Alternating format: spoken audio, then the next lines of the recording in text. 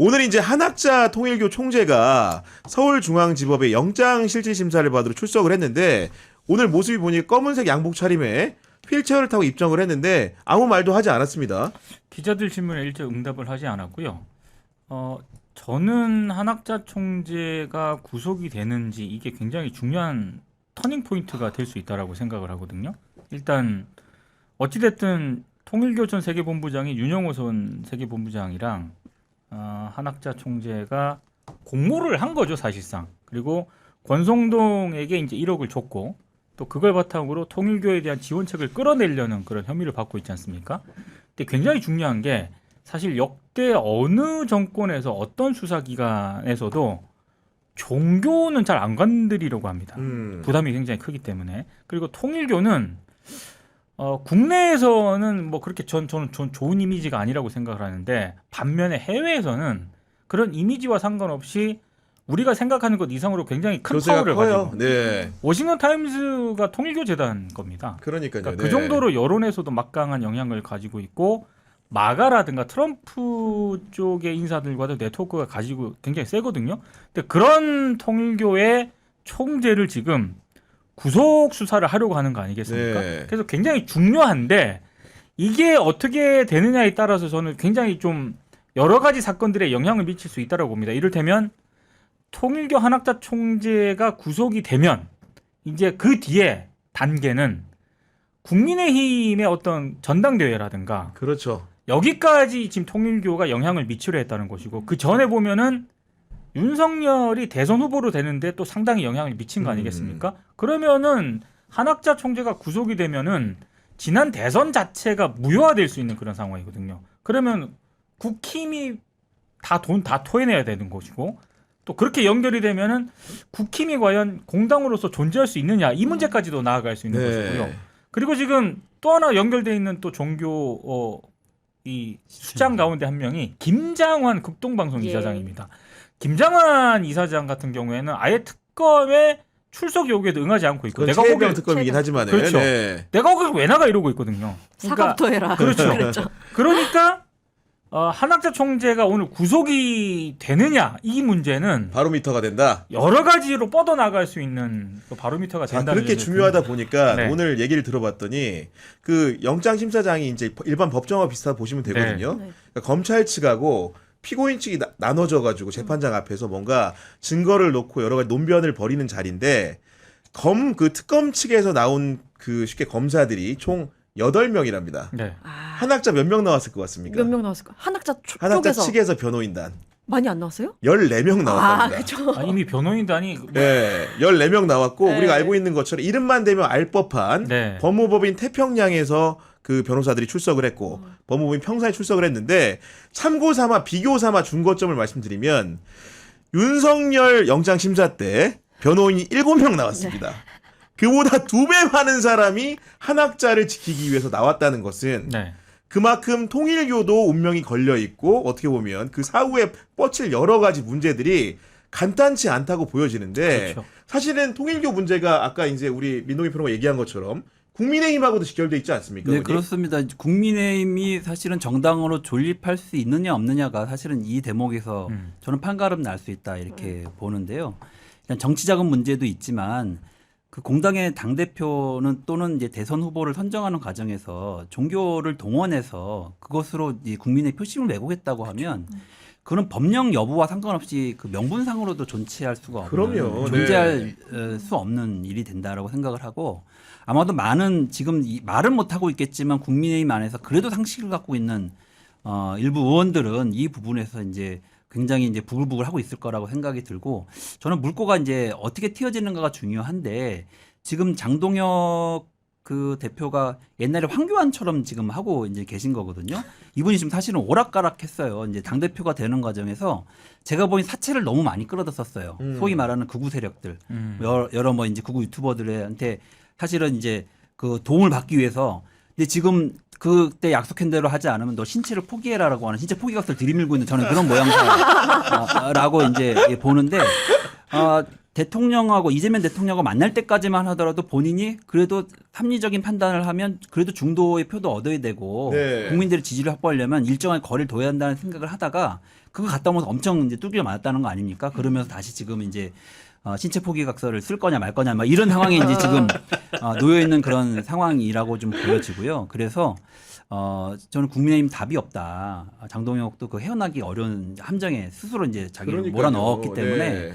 결국에는 이게 이 정당이 존립할 수 없는 상황으로 서서히 가고 있는 게 아니고 그런 상황들이 드러나고 있는 게 아닌가 이렇게 좀 보여집니다. 그러니까 결국은 이제 보면은 그 장동혁을 이제 지난 전당대회에서 지지했거나 지금 말씀해 주신 대로 그런 의견 변화들을 사실 이끌어내지 못하고 뭔가 도로 장동혁으로 돌아가는 과정들에 기여한 사람들이 과연 누구를 지키고 있는가 하면은 뭐 간단하지 않습니까? 윤석열이라는 사람을 지키려고 했던 사람들인데 윤석열은 사실은 이제 우리 법정에서 보여주는 모습이나 아니면 여러 가지 모습이 실망스러웠는데 이번에도 역시나 결국 정석으로 가지 않고 고세를 못 버티고 지금 보석 치러달라고 이렇게 얘기하지 않습니까? 그러니까요. 아니 근데 저 추가 기소된 부분에 대해서 이제 그 재판부에다가 신청을 했다는 거잖아요. 그러니까 해야 될 거는 아무것도 안 하고 어떻게든 꼼수를 써가지고 뭐 하나 더 동원해보자. 이게 마치 최선을 다하는 것처럼 그렇게 모양새를 취하는 것 같은데 근데 왜 좀 이따 얘기하겠지만 장외 집회 네. 국힘이 했잖아요. 근데 거기서 했던 말이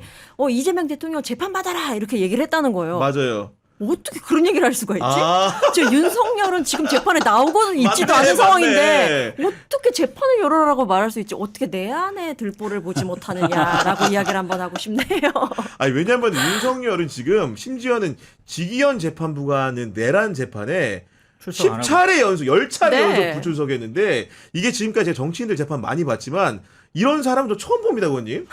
강제 구인을 사실은 했었어야 되는 그럼요, 거죠, 진작에. 네. 예, 그리고 이제 그렇게 하면 구속 기간을 계속 무기한 연장해서 절대로 빠져나가지 못하게 하겠다는 단호한 의지를 재판부가 사실은 보였어야 되는데 믿는 구석이 있으니까 저렇게 나오는 거인 것 같고 그래서 국민들이 이 사법부 믿을 수 있겠냐라고 하는 얘기가 저절로 나오는 거 아닙니까? 절로 나옵니다, 그러니까, 네. 일반 국민들이 만약에 한 번이라도 재판 그렇게 안 됐다고 하면 다음에 무서워서 또 그럴 수 있겠습니까? 이거 말도 안 되는 상황이 지금 벌어지고 있다고 보고요. 저는 사법부가 국민 무서운지를 알아야 된다라고 생각을 하고 이건 민주당을 지지하고 안 하고를 떠나서 국민들이 기본적으로 계엄과 내란과 관련해서는 선을 일정하게 그어야 된다는 입장이 명확합니다. 이제 그 부분에서 만약에 민주당이 안이한 대처를 하거나 이렇게 하면 오히려 민주당도 국민들로 심판을 받거든요. 네. 그렇기 때문에 사실은 이게 이 내란 청산이라고 하는 문제는 특정 정당의 유불리 여부를 떠나서 이 시대적 과제로 되어 있기 때문에 사법부도 이 부분에 대해서는 엄정한 대처를 해야 된다고 보고 그렇지 못하면 그 재판부 바꾸든지 적절한 조치를 취해야죠. 왜 대법원은 그런 얘기를 하지 않고 대법원에 대한 여러 가지 문제 제기에 대해서만 방어하려고 하고 하는지 네. 스스로 사실은 국민들의 비판을 전 자초하고 있다 이렇게 사실 생각을 저는 합니다. 네. 이제 윤석열에 대한 이런 부분도 문제. 이 검사 출신이고 검찰총장이고 대통령까지 했지 않습니까? 근데 검사 출신들은 전부 이러는 거지 좀 의문을 가질 수밖에 없는 게 한동훈 전 대표도 폐문 부재로 지금 기소전 증인신문 근데 소환장 이렇게 저는 폐문 네. 부재라는 용어를 사용하면 안 된다라고 봐요. 이건 그러니까, 뭔가 네. 그럴 듯하잖아요. 그냥 안 받은 거잖아요. 네, 그러니까. 그렇죠.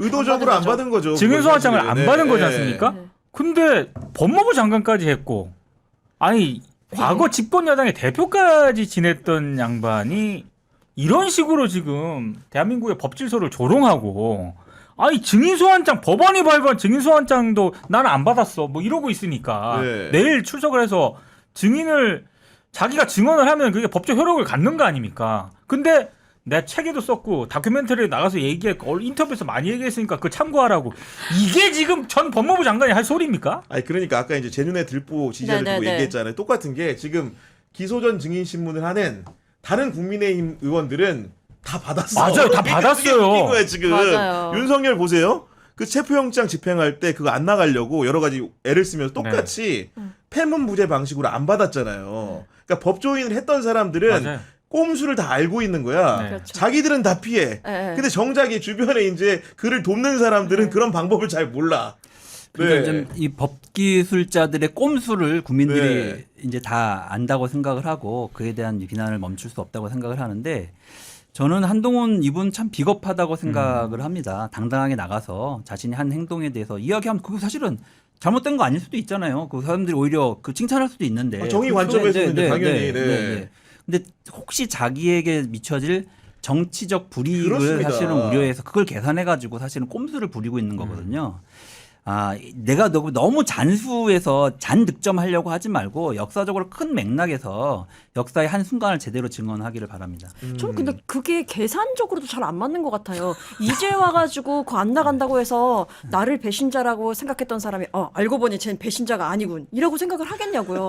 나는 그냥 정도대로 가면 되는데 그렇습니다. 꼭 그냥 정도대로 하면 되는 걸 여기서 정무적인 판단을 하면서 난 오히려 꼬이게 똑똑했어. 만들어. 그렇죠. 그러니까, 네. 그냥 정석대로 하면 된다. 그럼 너무 쉽게 풀릴 것 같아요. 아니 그러니까 결국은 직위원 재판부도 이제 구속 취소라는 꼼수를 추진하다가 지금 두고 이제 사법부가 전체가 욕을 먹게 되는 상황을 만들었는데 그래도 이제 최근에 그나마 다행인 것은 김건희가 이번 주 수요일에 법정에 섭니다. 네. 김건희 사건을 맡은 재판부는 촬영을 바로 이제 허가해주는 역할을 했다는데 네. 기대되시나 봐요. 지금 얼굴 낯빛이 지금 저 보니까. 갑자기 두 손을 모으게 되는데 아니 저희가 이런 그림을 제대로 본 적이 없잖아요. 지금 윤석열은 자기 재판에도 나오지도 않고 있지, 맨날 숨어 있지, 보석 청구나 하고 있지. 근데 오랜만에 진짜 주범이라고 표현을 하겠습니다.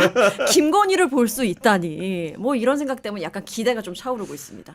그게 꼭 이제 비주얼적으로 비치는 모습이 궁금해서인 것도 있겠지만은 상징적으로 의미가 예, 있죠. 왜냐하면 사실은 이제 앞에 여러 가지 이제 우리가 계엄 때부터 따라오다 보니까 상당수의 국정 운영이 정말로 이제 그것도 그냥 누구 말을 듣고 부탁을 듣고가 아니고 금전적인 이득을 취하면서 들어준다는 게 너무 드러나다 보니까 사실 정치인에서 이런 모습 보시면 좀 어떤 생각 드십니까, 의원님은? 그러니까 저는 정말 부끄럽고, 그러니까 제가 한 일이 아니고 민주당이 한 일은 아니지만 어떻게 정치인이 저럴 수 있지? 이런 생각이 막 듭니다. 그때만 하더라도 카더라. 그래 설마 그랬겠어. 우리 다 그랬잖아요, 뭐, 이런 솔직히. 얘기. 어떻게 매간매직을 해. 그렇죠. 그리고 어떻게 아침에 출근한 술을 많이 먹어서 출근을 못해서 가짜로 예를 들면 출근 차량을 보내.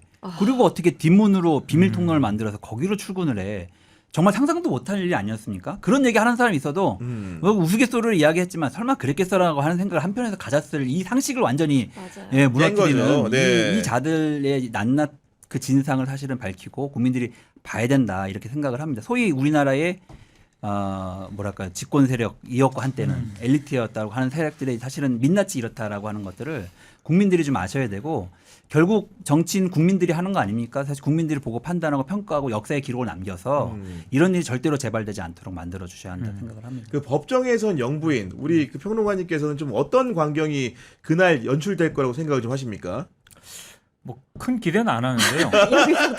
아니 왜냐하면 그게 잠깐이잖아요. 아니 물론 그렇죠 이제. 근데 그게 네. 큰 기대는 안 하지만 굉장히 상징성이 있는 게 윤석열도 그렇고 김건희도 그렇고 내란, 국정농단 이런 것 때문에 지금 법정에 서는 거지 않습니까? 사람들의 기대치가 어찌됐든 굉장히 중죄를 저지른 그런 피의자, 범죄자로 바라보고 있는데 왜 저런 어떤 그 사법의 어떤 그런 칼날이라든가 이런 게 윤석열과 김건희 앞에 가면 이렇게 휙 휘는 듯한 느낌을 받는단 말이죠. 이명박 박근혜도 안 그랬어요. 근데 윤석열 김건희 앞으로만 가면 이상하게 모든 칼날이 휘는 것 같은 그런 느낌. 그 상징성을 이제 확인된다는 거죠. 윤석열은 아직까지도 칼이 휘고 있는데 김건희만큼은 이번에는 좀 공개가 되는구나. 이 상징성이 좀 크다고 보는 거죠. 어디에 앉힐지도 그렇죠. 네, 굉장히 지난번에 궁금하네요. 윤석열은 귀퉁이 앉았잖아요. 귀퉁이 앉았잖아요, 진짜. 이번에 어디 앉을까? 네. 이런 것도 다 재판부가 다 신경 보는 쓸 것 거죠, 같아요. 이제. 그러니까 일거수일투족이 그렇죠. 아마도 그날 공개가 될 텐데 그런 모습들이 이제 기자들도 보고 기자만 보고 이제 적는 게 아니고 정말로 이제 많은 분들이 그 촬영된 허가된 사진을 통해서 이제 공중에 그럼요. 노출되는 거기 때문에 네. 뭔가 좀 이렇게 그 다른 느낌을 받을 수 있겠다는 생각도 좀 해봅니다.